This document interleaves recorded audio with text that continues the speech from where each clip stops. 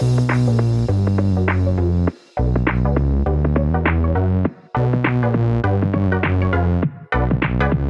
welcome everybody to another episode of Chris and Dave's Reality Cast. I am one of your hosts, Chris Phelps, and my co-host and very good friend is Mr. Dave Horrocks. Hey there, Chris, and hello to our listeners out there. Welcome to Chris and Dave's Reality TV Cast. We are covering Married at First Sight UK Season 6, The Reunion. Now, Chris, I was hoping that this wasn't going to be a nonsense reunion like Love Island, where it's basically the week after they all buggered off and came back home from holiday. And it looks like we got what we ordered. So, where would you like to start with this one? Well, I was thinking we'll go in sort of order of they appeared on the episode, Dave, because we have got some juicy bits in this, which I absolutely loved. I must admit, I agree. The Love Island reunion was fucking rubbish. We had Laura fucking IKEA Whitmore just stood around useless, reading off an auto cue with terrible puns and jokes, and everyone was just vying to not make a mistake because of their Instagram following. This one was a bit more authentic. We've got the free, matchmakers. I'm still calling them bullshit. They literally pinned the fucking tail on a donkey with these fucking couples, Dave. That's exactly what they did. And they hit a home run with Adam and Taya. Let's just say that. So anyway, let's start with Josh and Amy. Now, you were absolutely on the money. I love your comment in the first episode. You went, Josh is not a fuckboy now, as he's now on the show. And we've said it a few times. He changed his whole personality. And I wasn't buying any of it. There's a 7-8 year gap between him and Amy. Amy was a nightmare. Don't get me wrong, Dave. She was very high maintenance. She seemed very entitled, bit of a slap to arse completely. But I think Josh played her exactly as it was. And as soon as he said, the camera stopped rolling, he was like, yeah, it's all over. Because he was playing you the whole time. He's a fuckboy who wants to be a reality TV star. That's what they're doing. And he's not the only one on this show, Dave. But for me, I'm not surprised. And I think Amy's completely naive, even though I think Josh was being an absolute heartless dick. I just can't believe she's not read the room on this one, because I could see it coming a mile away. 100%. And I think what I don't get is why she can't see it. And I'm sure she's very competitive, and as much of a dick that Josh was, I think she's as bad, just in a different way. Utter nightmare. And she knows that they are not compatible, but she's so competitive with everyone else. She's like desperate to make it work just so she can get one over on the other couples. This was never, ever going to work. Never going to work. But she seems to be the only person, and the fucking shit matchmakers, by the way. They seem to be the only people who thought that it could work, Maybe Josh might stop being a fuckboy, and maybe Amy will be less of a nightmare. Maybe, it's just, for me, they should all be fucking sacked, those matchmakers, because they're crap, Just come on.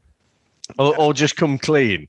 You just want a bit of juicy entertainment, and actually off camera, you're just laughing your fucking head off at putting these two characters together, because it will give us some great TV. Part of me thinks that's what it is. It's nothing to do with actually trying to find a couple for someone. But then you sort of think, well, that's morally, very questionable, isn't it? Especially with Amy. She wants to settle down. She wants to have kids. Why the fuck would they put her with Josh? So, yeah, it was 100% predictable, Chris. All of it. Just not to those people that I've just mentioned. And also, Dave, like we give, quite rightly, Nikita got absolutely slated. She got kicked off the show. She is literally one fucking match away from just blowing up, isn't she, Dave? She's absolutely terrible. She's proper trigger happy, proper attitude on her. She's got that I want to be somebody. She's been in all these peripheral reality TV shows as fake guests and all that. Pretty much what she's done with this. However, I am going to defend her slightly, Dave, because I think Anne is more of a snake than her, because she is what you see. She's 100%. You do her wrong, whether she's misread it or not, she's jumping all over. She's going to go absolutely loopy at you, scream, shout, whatever, and you're going to get all these profanities. and played the game and is a reality TV wannabe, just like Josh. Yeah. And he is. And he sat there. And I didn't like his attitude toward Alexis either when they got together. It was purely, I just want to stay in this show. He had nothing in common with her. He had no interest in the girl. She was hoping there was something there. He just played her. And when he was sat there with Nikita, yeah, I'm never going to watch any. Well, I don't know. I'm saying that. If Nikita was on something else, you know he's going to kick off. You would fucking watch it. Yeah, I probably would, actually. I'll take that back. If she's on X on the Beach, which I think for her, she's never going to go out in Geordie's Shore, but X on the Beach is perfect fodder for her. So they could get Ant turn up and she would be able to do whatever she wants on that day. She could launch him, throw, drinks over him, everything. I just don't know. There's something about him. He's trying to be a good guy, but he's a fake good guy for me. And I think he's a bit of a sly fucker. So they both got what they deserve out of it at the end of the day. Bit of exposure, not interested, and they just played the game. But I don't know how you feel on Ant. I just thought he was a bit of a bellend. Oh, definitely. I mean, I think I sort of felt sorry for him when he was taking a verbal lashing consistently from Nikita. But then he showed himself to be a bit of a prick, I thought, with Alexis. And, in the reunion, I think he just comes off just as bad. I have to question. People were saying about Nikita getting kicked off the show. If you actually get kicked off the show, you're not back for the reunion. Yes. So I don't think she did. I think they just got to the end. Obviously, there was lots of drama, but I don't think she got kicked off. But so, yeah, she could be back again on other things, other reality shows, like you say. But I tell you what, Chris, I mean, Nikita, she's another fucking nightmare, just in a different way. I mean, if she was in your circle of friends, you'd find a different fucking circle of friends, wouldn't you? She walks into the room like, who am I going to have an argument with today? Yeah. Yeah, it's true. like, fucking hell, where's the drama going to come from? Who's going to take a bash in here? And obviously, she was like, having a go at Alexis, she was all put out, she's raring for a fucking fight with anyone. And honestly, Chris, the award for best character, best actor, whatever you want to call them, reality star, I thought was Alexis in this reunion. I thought for lots of different reasons, she was absolutely fucking brilliant. And the fact that, again, Nikita is trying to put on this whole girl code thing. It's like, we were mates, girl code and all that. And it's like, I'm not your friend. We met for like one fucking get together, which was a fake fucking Hindu sort of situation. It's not like we're busy mates. And again, I loved the fact that she called that out, because it's like you get it on Love Island, don't you? It's like, oh, you're my brother. I love you and whatever. Yeah. And it's like, look, you're on a fucking holiday. You meet people and they have a brief fleeting in your life and then they're gone. So I like the fact that she called out. It's like, look, we're not mates, but then she followed it up with a great apology that fucking tamed Nikita, which I thought was impossible, but she did it. But she did it without really apologizing, right? She did it with the old, I'm sorry how it made you feel sort of apology. So not that, I'm sorry that, what I did was wrong. She didn't say that. But Nikita, she's talking to the camera, is like, well, I didn't think she'd apologize. And it's like, but you didn't even hear what she said, because if you did, that would have set you off as well. I was just like, Alexis, that is ninja level stuff. And I was pretty impressed with that. No, and I'm with you, David. I love the fake hugging. I'm with you. It's complete reality TV 101. I've only just met you. We're like great friends. As soon as you get out, Dave, I think they might have blocked me. Yeah, that's exactly why, because you're nobody. Now, some of the brighter side of this episode, Dave, Dan and Matt. So Matt is all on to going to Northern Ireland. I will say with Matt, though, Dave, every time the cameras pan to him and Dan, he had a proper pan of piss face, like he didn't believe any of these people were couples. Even Taya and Adam, I don't know whether it's because of the dialogue of the judges was sort of like, well, here's our couple that makes our heart melt. And he was a bit annoyed, like, look, we've been from the start with them, which is right. And they're a great couple, talking about kids. They love each other. They were kissing, everything. Great, good on him, Dave. I don't think there's an issue there. I think they're on the same page, and it looks like Dan's actually won over Matt's mum by some scones, Dave. So they were one of the brighter spots in this episode.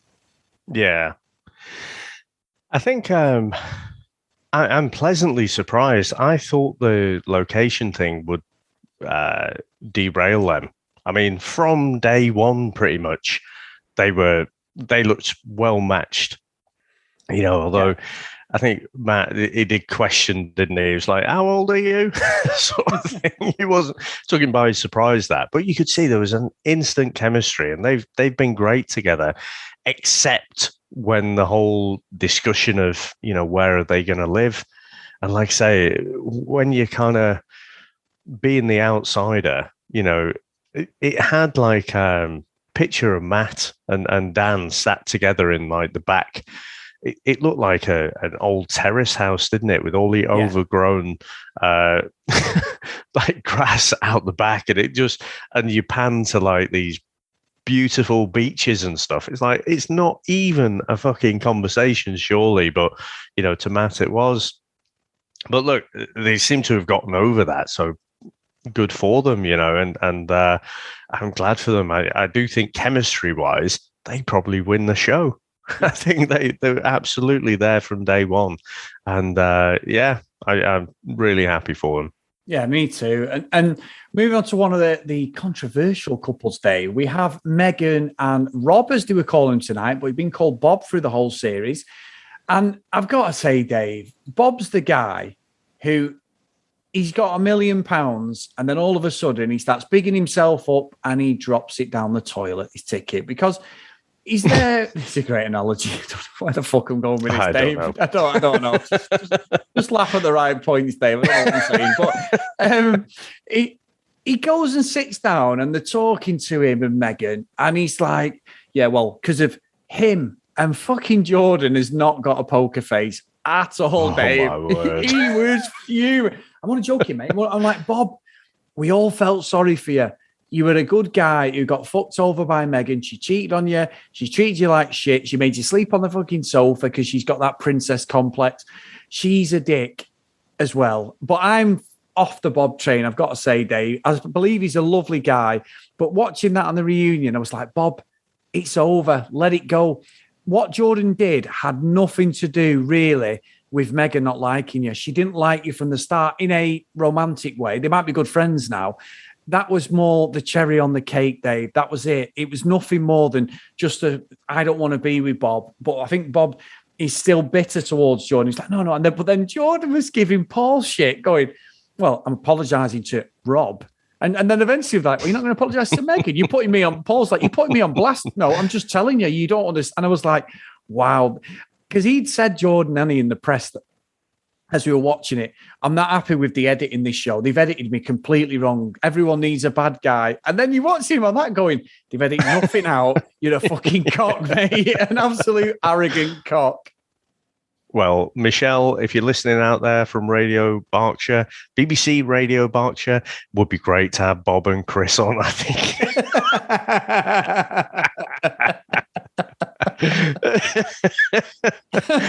So, that would Thanks, make Dave. me laugh. So, and I'm going to go, I always liked you, Bob. You're a great guy. Bob, yeah. I thought you played a brilliant It was game. Dave who said that, not me. So, yeah, it would probably work that, wouldn't it? It will often confuse us. Right. I'm kind of with you with Bob, though. It's like he's giving Jordan this massive hard time. Again, he hasn't used the words bro code or anything like that, but you kind of get the impression that he is venting his frustrations and anger at Jordan. Jordan didn't owe him shit. He doesn't really know him, apart from, a bit of a get-together for this mock stag do where they all met and stuff. But that's it. Jordan doesn't owe Bob fucking anything, Chris. Yeah, I agree. Megan is the person he was married to and continually fucked him over and would not have admitted this whole thing had Jordan not brought it up. So, Bob, you're looking in the wrong fucking direction. You're apologizing, making excuses for Megan, who's apologized over and over and over again, apparently, but for me, it's just she was the villain of the episode. Jordan, does come across like a bit of a knob, but I appreciate his lack of poker face. As you know, Chris, back in the band days, didn't really have much of a poker face myself, and so I can appreciate that about him. It's just like, if someone's shit, you've got to just call it out. So yeah, I'm with you there, and I did enjoy this bit of the reunion, though. This is where we got that little bit of juice, didn't we? A little bit of fucking something. I'm with you, Dave. It was great, and then obviously we get finally. And I know we talk about the juicy bits first, but I forgot to say this: Morag and Luke, Dave. Now Morag comes. Where did Marilise and Frank come in? They did a little bit at the start, but then at the end they came in after this. They came in. Was it after this one? Yeah, oh, right, okay. Adam, I was just in my head. I was thinking, okay, let's Morag and Luke then. So Morag and Luke, this is what we came here for, Dave. This is why we signed up.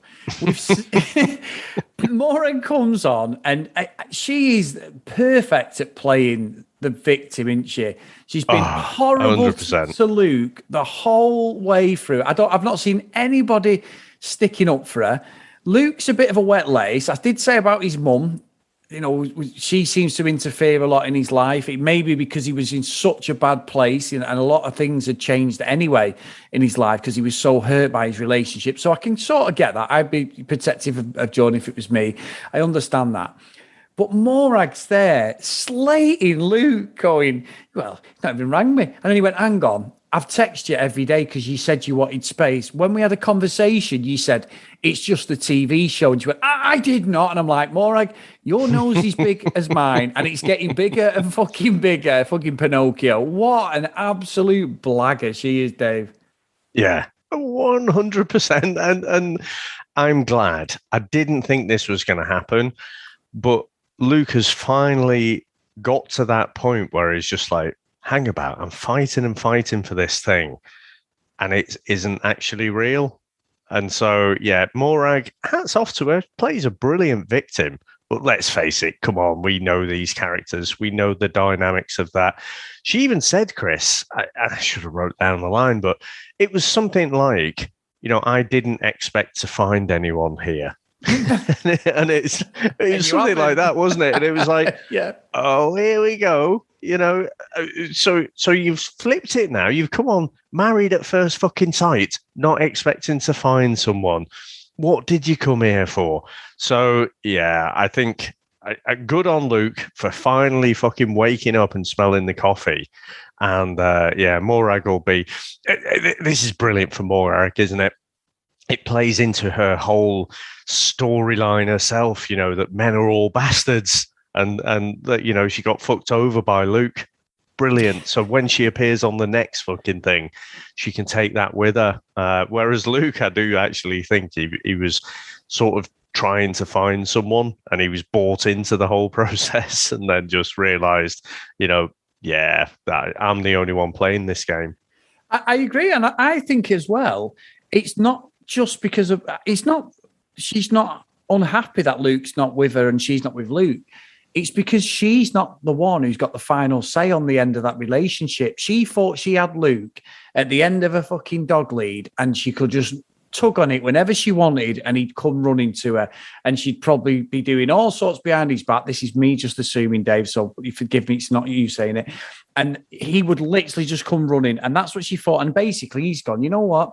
And I love this saying, I keep saying it, but the juice ain't worth the squeeze, Dave. And he's gone, you know what? Fuck you. And he's obviously watched some of the show and that. So they know what's going on. They're all friends on there. Bob had said it on Michelle's radio show that they are friends. There is stuff that, they don't say, but most of the stuff when they're shocked on the screen is genuine because they don't know what's coming. So nobody expected Luke to dump her. Nobody thought, they all thought it'd be Morag who dumped Luke and he'd be there with a puppy dog. I was all for it, Dave. I was so for Luke because I felt he was absolutely torn apart mentally, physically, had to change his look just for her.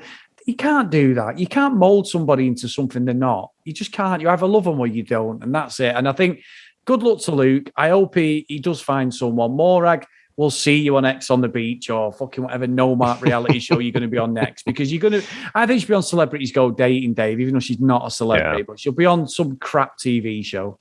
I don't think celebrities do anything. I don't think these days you have to be a celebrity.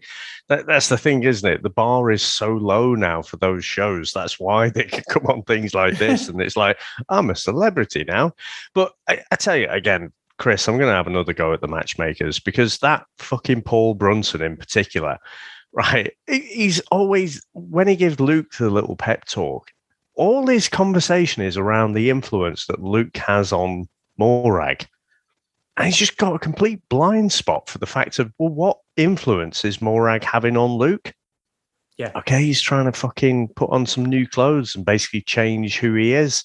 And that is not a positive influence. Nothing I saw about that interaction was positive for Luke. And it's like, the matchmakers are just completely ignoring that, and it's all the other way around. So, yeah, I think, again, if we're scoring the matchmakers, Chris, I'll give them a 2 out of 10.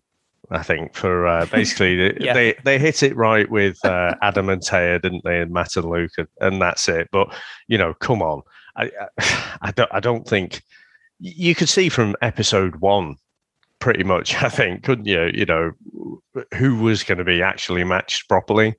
Yeah, and that's true. And you always say about me, Dave, my football predictions are awful. But when I get one, you never hear the end of it. I skate over the other 20 that I've been like the reality radar. You know what I mean? You talk about football. We're massive football fans. You ring me, we'll have a chat. I'll ring you. We're having a chat about football or something else. And then I'll say, well, I think it's going to be 3-0. And you're going, well, I'm definitely betting on the other team winning now then, because my predictions are just so with my heart. I don't think with my head at all. So I agree that the matchmakers are fucking awful. Like I said, he's pinning a fucking tail on a donkey, innit? He's like a piñata. Eventually, you're going to hit the fucking thing when your eyes closed. Yeah. It's just...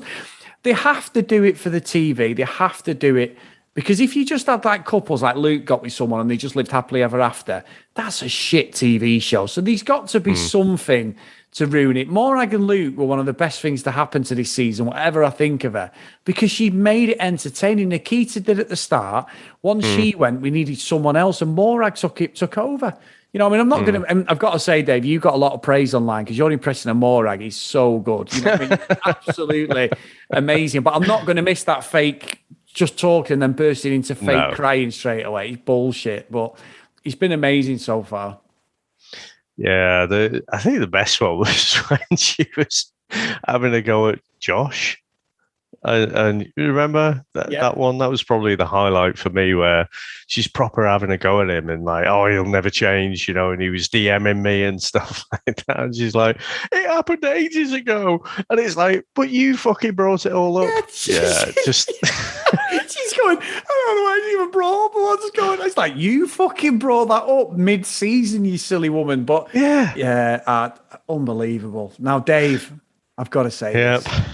We're on to Frankie and Maralise. Now, we did say Frankie was holding back. He was trying to be a nicer guy than what he is. And he admitted it tonight. I'll give him credit. They were all loved up, everything. There was the way he spoke about, he kissed her, he told her he loved her. He's moved back within the same city, which I thought was a bit bizarre. And I'm thinking at that point, they're not going to be together. And lo and behold, this was filmed about a month ago, Dave. He's already in Dubai with new fucking PT fucking clients. So I didn't buy any of that. However, it did look sincere if I didn't know they'd already split up. Yeah, I don't know. I just felt like there was something not being said all the way through with Frankie. I just felt there was something so guarded about him. I just didn't really buy it. And like I say, in the reunion, they seem to all be loved up, but I still wasn't buying it. So it's not a shock at all that, it's been reported that they've split up. I think all this stuff about, definitely, I hadn't actually thought, not for 1 second did I think about moving the UK until, I met you. I'm like, yeah. Right. So why did you actually join this show? Well, it must be for your profile. It must be. And so, I just wasn't buying any of it at all. No. And it looks like he has gone back, hasn't he?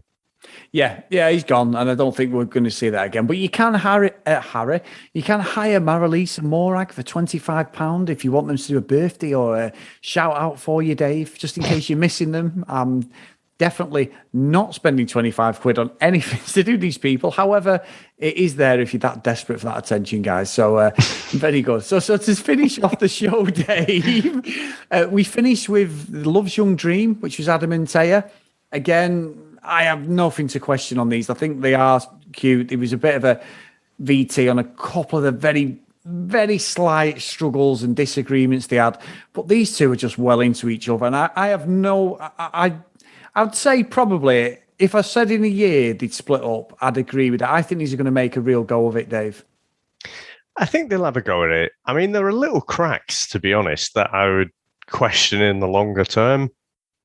Like when she's in his house and trying to redecorate everything. And like you're thinking from his perspective, he's kind of going along with it because it's a bit of a novelty. But, that sort of shit has a limited lifetime, Chris. You don't put up with that forever. And so, yeah, in the longer term. But to be honest, that's the most we can hope from these shows, isn't it? If they make it past a year, I think that's success. Yes. Yeah, I'm with you. So, but again, it's not fucking rocket science, any of this, is it? They're at around about the same point in life. They're looking for that, that more traditional route, I guess. You marry someone in your kind of 20s, late 20s, early 30s. They'll probably have kids. They're taking that standard route. And so, yeah, I'm glad for them. But I don't think it was rocket science to put them two together. No, I think you're right. And also, Dave, what a way to finish the season. Been a great, proper first season for me on Married at First Sight to actually watch it. So I've loved it. And I think it was a nice, refreshing change from the nonsense of Love Island this year, because Love Island was so overproduced this series, unfortunately. Still watched it. We still podcast it every day, Dave, didn't we? The detriment of our fucking lives, but we had to do that. That's dedication. And Love Island will always be there. I'll always watch it day one. It's every episode. But this was just something nicer and easier to sort of. I think it's easier to track what's going on because everyone's together from the start. In Love Island, I always want someone to come in and break up like the most powerful couple in there, and it never happens. They all just bottle it, don't they? So this has been great, and obviously, whatever we're going to do next, it's always good to chat about it with you, mate.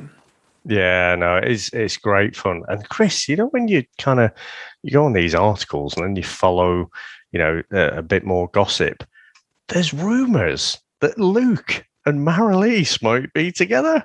What? I have no idea if this is, a little fling or something like that, but. Oh, let's see. Word. Let's see. Watch this space. That's interesting, Dave. Really interesting. Yeah. I'm shocked by that. I'm absolutely... I don't know what to say. But think about it, Chris. Just take a moment. Wouldn't they fit better together? With where Maralise is in her life and where Luke is? They would. I mean, maybe the kids thing might be a bit of a problem, but I mean, they're a lot fucking better than Luke and Morag and Frankie and Maralise, surely. Dave, but one night, Luke and fucking Maralise going to be sat there, they're going to be cuddled up together on the sofa, in love, and then all of a sudden, some guy in a black fucking commando outfit with his fucking face and all black oil all over his face going to pop up at the window with an Uzi and go, hello. I think Maralise should, honestly, in all seriousness, get a sweep of her house. Right? Yeah, joking aside, I'm joking, but you're right. He's going to turn up in the undergrowth in a ghillie suit or something. Luke will disappear in the fucking pond. Yeah. But you best watch around your own house and mine.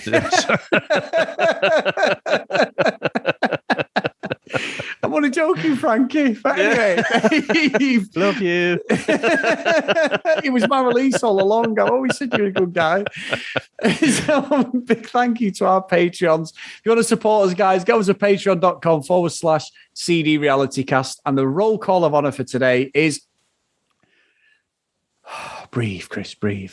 Lucy, Helen, Brianna, Jacqueline, Noreen, Claire, Amy, Zoe, Joanna, Helen, Libby, Katie, Dee Dee, Hannah, Ed, Priscilla, Susan, Hennessy, Haley, Lauren, Lucky Lulu Green, and Ken Gustafson. So thank you so much, guys, as always. Big, we love the fact that he's supporting the show, and everyone who's supported us in the past.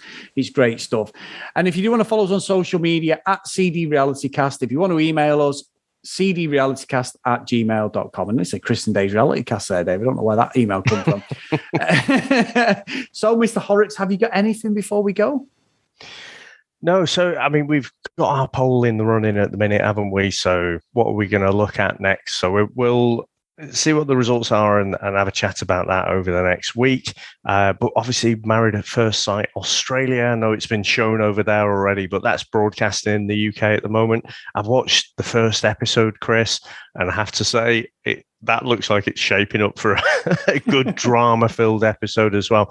All the Brits in this season were fairly reserved, at that opening. There was Nikita who stood out a little bit. Whereas, in your words, Chris, with this lot, no fucks are given. There's already arguments between the girls and that, and it's looking like it's going to be a good one with some good characters on that series. Yeah, it is. It's looking brilliant, Dave. And look, it's what we're here for. We need the drama. We call these people out who are just fame hungry, but they make the show, Dave. We need this.